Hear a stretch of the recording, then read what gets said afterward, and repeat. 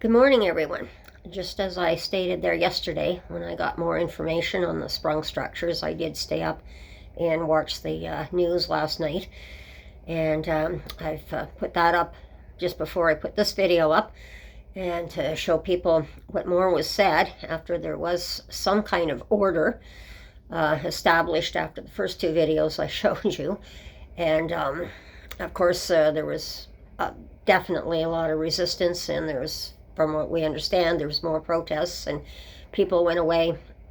Some people, I think, were a little bit happier. Other people were not happy. Again, people were really confused. It was a very confused meeting. We did get some more information on it, in the fact that these sprung structures are supposed to be able to last 50 years and can be converted into various things. After their main purpose right now is they're hoping that they can get the refugees settled in 3 years with housing and everything that they absolutely need. But I know it still doesn't address the fact what we do with all the homeless, but it will give some relief off our shelters right now. Getting this one put up and the other second one put up that they're planning on. And after 3 years, if we still have a lot of homeless, but we've got the refugees settled, hopefully we will, we may be able to use them as well for the homeless at that point. But in the meantime, we do have to get some kind of space in the shelters here for people so that they can survive. It's going to be an uphill battle, as you can see, with all the infighting that's going on. Where this is going to lead, I don't know, but I was glad to hear the councillor for the area was saying he's glad he will happily have town halls as well because of the confusion, and he will answer the questions himself. So hopefully that will be a way forward at this point. At least someone's coming out with a clear head here, because screaming and over everyone and protesting, and then it doesn't get you anywhere at this point when you're going to a meeting to try and get some questions answered, which is normal for people because they don't understand what's happening. And of course, I believe they probably had pictures up of what these sprung structures look like. And this is just the most deluxe one, as I said, from the ones in Toronto, but the cheaper ones and the smaller ones can be built even more quickly for the homeless as well. And as they've done in Toronto, as I showed you in previous clips on the sprung structure. So that may be the way we have to go, because it's certainly on the political situation that's erupting around the world right now between the wars, the political instability right now that's hitting the States. And certainly when I turned on the TV yesterday, there's political upheaval now in France as well, where that's going to lead to. It just feels like everything's falling apart, but I always keep up hope. I've always had my faith in the Creator, and that's the Indigenous way of putting it. In the mainstream, we all call him God, and I have faith that he's preparing us for something to come, and it's not going to be pleasant, but it's in his plans, and we just have to hold together tight. And we have our own small communities of good people, and we need to stay strong and stay together. We need to work the best we can. There's a lot of good people out there, a lot of wonderful people out there today as well as what's happening with everything falling apart out there. But I don't want to preach on religion. I certainly grew up with religion, as well as I've looked at other religions and their ways, and prefer the Indigenous way as well at this point. And I like calling God the Creator because he did create all of us. So just to give you a little background, myself, I'm watching everything that's going on thanks to having a window that opens up the world to me on YouTube. There's so much, but of course, with all this opening up, there's so much misinformation going out there as well, and that's not good. You have to follow what's in your heart and do what's right.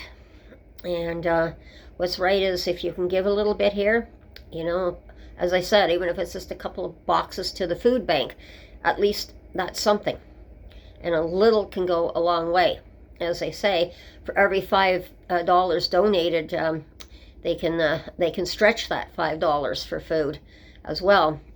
But then again, we just heard a bad piece of news yesterday. Inflation is going to go back up next year. The food prices are going to go up by at least maybe up to 5% more. So they were saying that an average family of 4, that's probably going to cost them another $800 a year in groceries. So with all the bad news that we're getting, and the housing slowing down and everything, we must have faith in each other, and we must rely on each other. And it's more important than ever that we rely on each other again and come back to being civilized, not screaming and yelling at one another, but talking, coming to agreements, coming to compromise. We have to do a lot right now. The world is on the brink of, I don't know what yet to expect the world, but we're certainly in a time period in the world right now where everything's on the brink of which way do we go. And as the Hoopy had said, right now we're in that fork in the road. Which fork do we take? The good road or the bad road? I know we can't at this point follow the yellow brick road, which would be the best road probably to follow if there was a yellow brick road with all the answers there, but unfortunately that's not there. So we have to pick and choose. We have to do what's in our hearts and what we believe is right.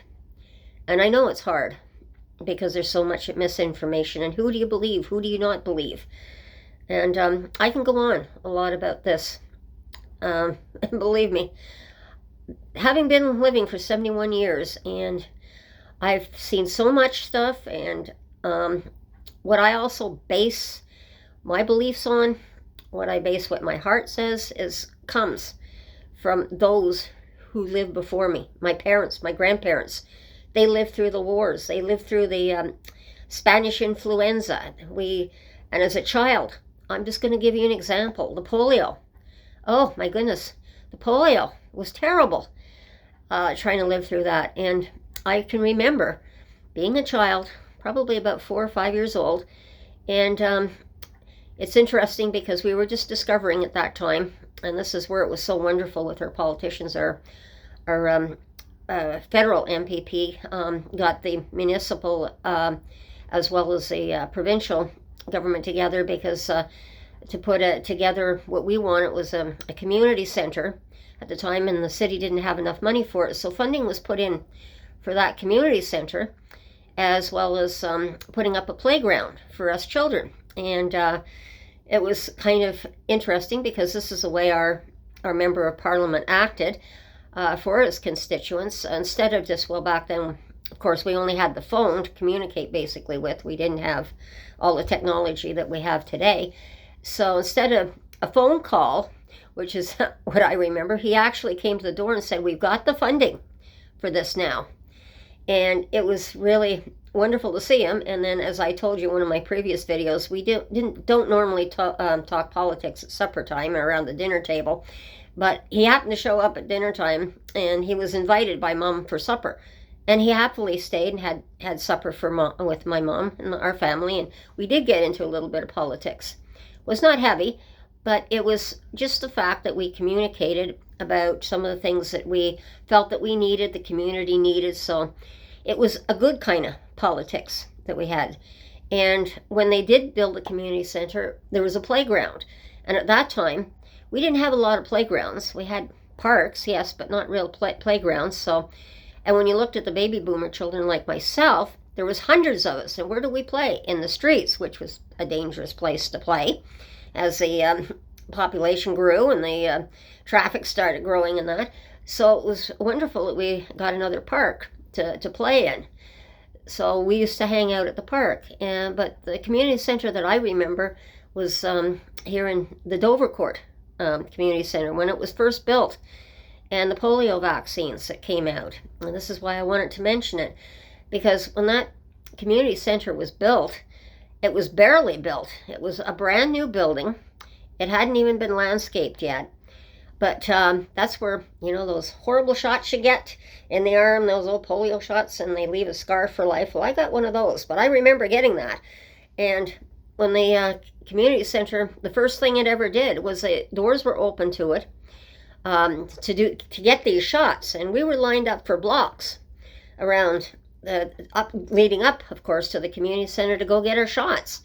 And it was raining that day, no landscaping, it was muddy, but that's where I got my shot. And because of people, good people, putting things together that needed to be put together, we survived. And it helped getting this herd immunity. Finally, we were able to combat the polio that was hitting us. So I just wanted to briefly come back with another little bit of a hopeful story again for people, because there's always hope. No matter how much despair, how much depression, how much everything, like it's falling apart. And that's what it feels like to me. It's falling apart from what I can remember as a child. But people are good. We have to share. We have to share everything. And we need to stop fighting with one another, amongst one another. So please, everyone, be good to each other. Start working together. Start listening to people who are making sense, not people who are, oh, well, we gotta, talk about making sense. All of a sudden it's Bitcoin, and that's what I've been hearing. And Trump and everybody else is investing in this Bitcoin. But that's not going to get us anywhere. And I'm going to put a little bit longer because I've got a couple of things else that I wanted to remind you of. It was just how bad things look. And I remember back in 2012, for the life of me, I cannot remember the title of this movie.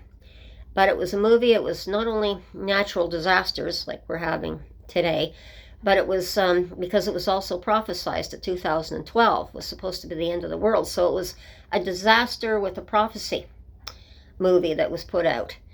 And it showed where there was a plane, and they couldn't land because they were seeing earthquakes and the cities falling in on top of one another.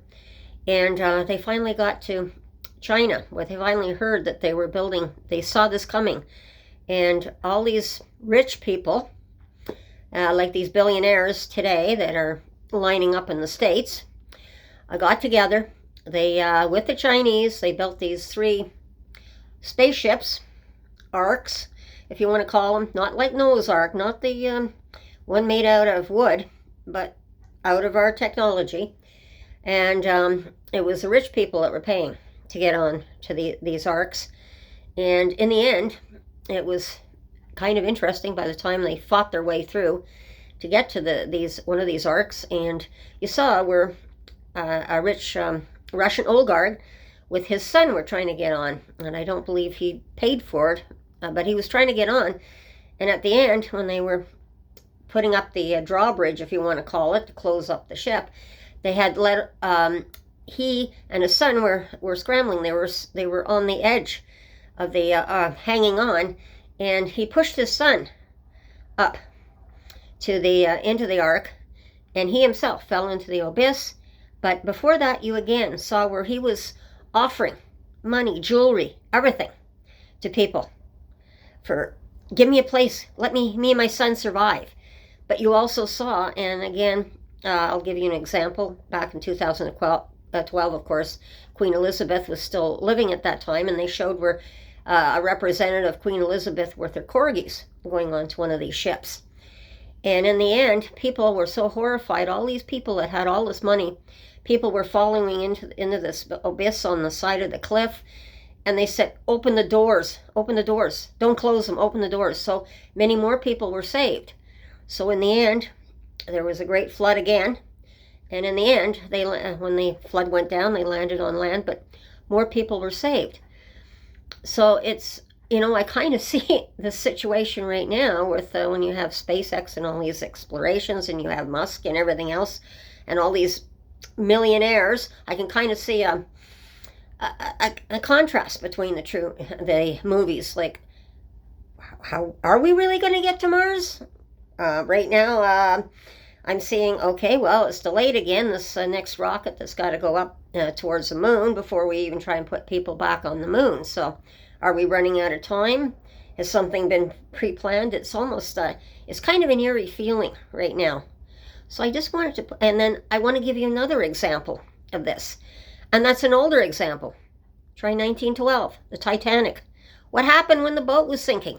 And there wasn't enough lifeboats. All these rich people from the first class were turning around. They were handing over jewelry. They're handing over money. Just give me a place in the lifeboat. Let me get in. Let me survive.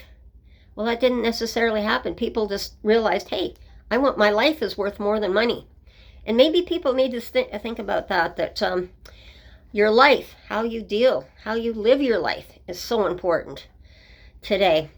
So I don't want to leave it too long again, but everyone, take care. Have a good day.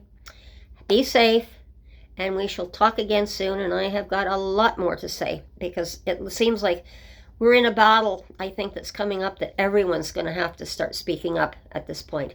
So everyone, take care. Have a great day, and we'll talk again soon. Bye-bye.